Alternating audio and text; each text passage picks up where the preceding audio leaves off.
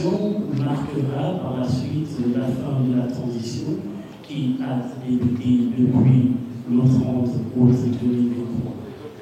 Mesdames et messieurs, vous avez au collège devant vous le chef d'émission et accompagné des membres du bureau politique qui vous feront une communication sur le déroulé de nos activités depuis ce matin. Élection présidentielle du 12 avril 2025. Deuxième communiqué de presse. Déroulement des opérations de vote. Hibiscus de lui, le 12 avril 2025. La mission d'observation des organisations de la société civile du Gabon est un regroupement d'organisations de la société civile. Ce regroupement des organisations de la société civile a organisé le déploiement d'une mission d'observation électorale à l'occasion de l'élection présidentielle du 12 avril 2025.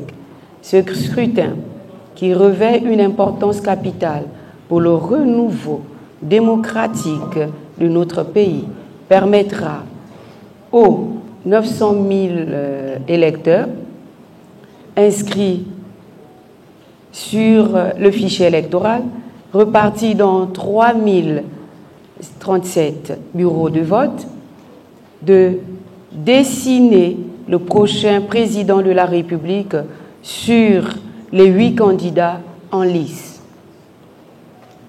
Le déploiement de cette mission d'observation compte 220 observateurs. Mesdames et messieurs, cette mission d'observation qui opère selon les standards et normes régionales et internationales en matière d'élections démocratiques est fondée sur les principes d'équité, de transparence, de régularité et d'inclusivité.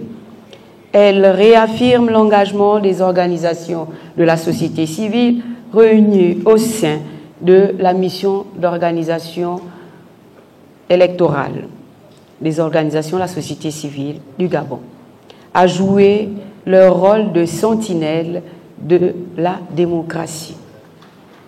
À l'issue de l'observation des opérations relatives au déroulement des opérations de vote, les équipes de la mission d'observation électorale des organisations de la société civile ont relevé les observations suivantes par éléments de considération. Premièrement, l'affluence dans les bureaux de vote. 36,5% des bureaux de vote observés connaissent une affluence particulière avec une longue file d'attente. Le deuxième point, représentation des candidats dans les bureaux de vote.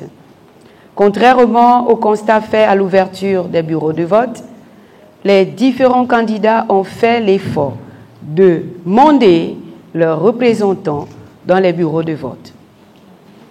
Le candidat Brice Clotaire Oligui Nguema est représenté par 43% de bureaux de vote observés dans ce stade de scrutin.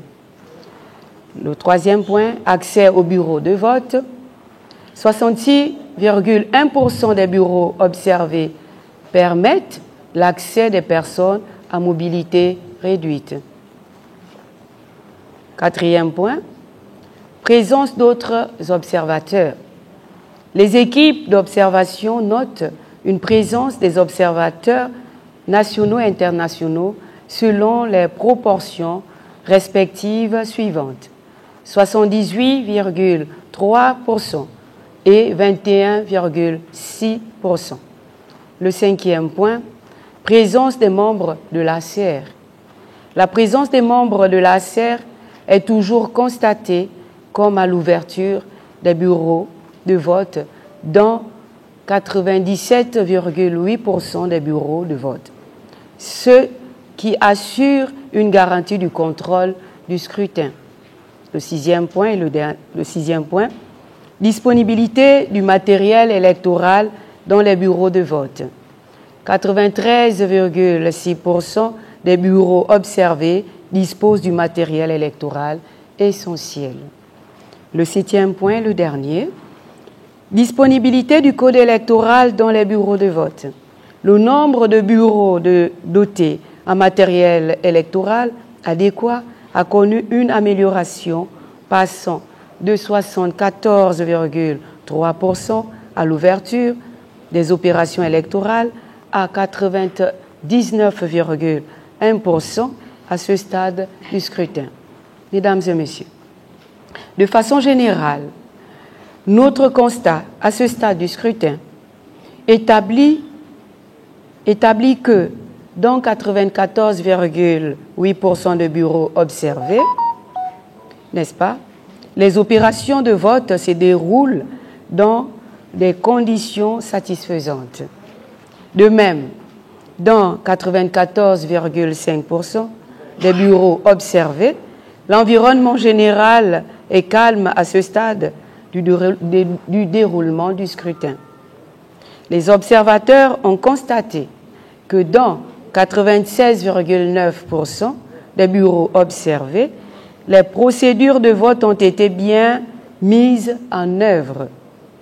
Les conditions du déroulement des opérations de vote sont jugées transparentes dans 98,6% des bureaux observés.